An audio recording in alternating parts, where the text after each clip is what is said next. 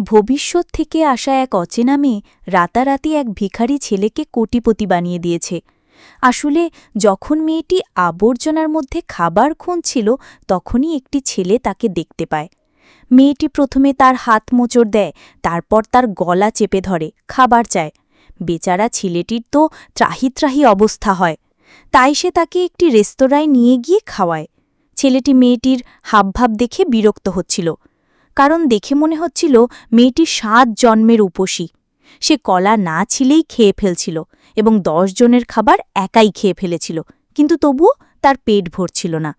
তার পাশে বসে ছেলেটি টিভিতে তার লটারির নম্বর দেখতে শুরু করে, কিন্তু বেচারার প্রথম ২টি নম্বরই মেলেনি, যার কারণে সে এবারও লটারি জিততে পারেনি। তখনই মেয়েটি পরের নম্বরটি ২২ বলে দেয় এবং সত্যিই পরের নম্বরটি সেটাই আসে। ছেলেটি অবাক হয়ে যায়। এরপর মেয়েটি এক এক করে পরের সমস্ত নম্বর বলে দেয় এবং সেই সব নম্বরই একেবারে সঠিক বের হয়। কিন্তু এই বোকা ছেলেটি তখনও জানত না যে মেয়েটি আসলে ভবিষ্যৎ থেকে এসেছে। হঠাৎ টিভিতে একটি খবর চলতে শুরু করে, যা দেখে মেয়েটি অজ্ঞান হয়ে যায়। যখন তার জ্ঞান ফেরে তখন সে ছেলেটির বাড়িতে ছিল। ছেলেটি তাকে পরার জন্য নিজের জামা কাপড় দেয়।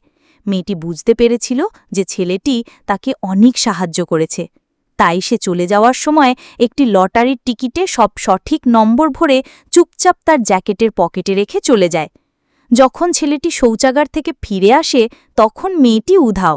সে তাকে সব জায়গায় খুঁজতে থাকে এবং শেষে ক্লান্ত হয়ে একটি ফুটপাতে বসে পড়ে।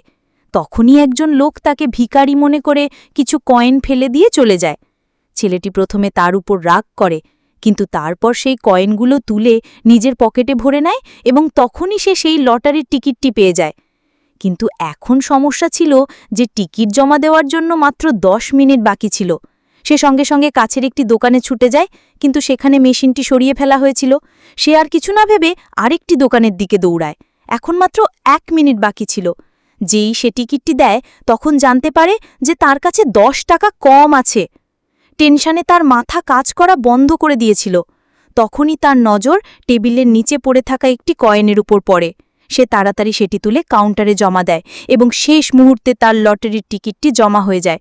যখন সে ফলাফল পরীক্ষা করে তখন তার এক এক করে সব নম্বর মিলে যায় এবং অবশেষে আজ ছেলেটি লটারি জিতে যায়।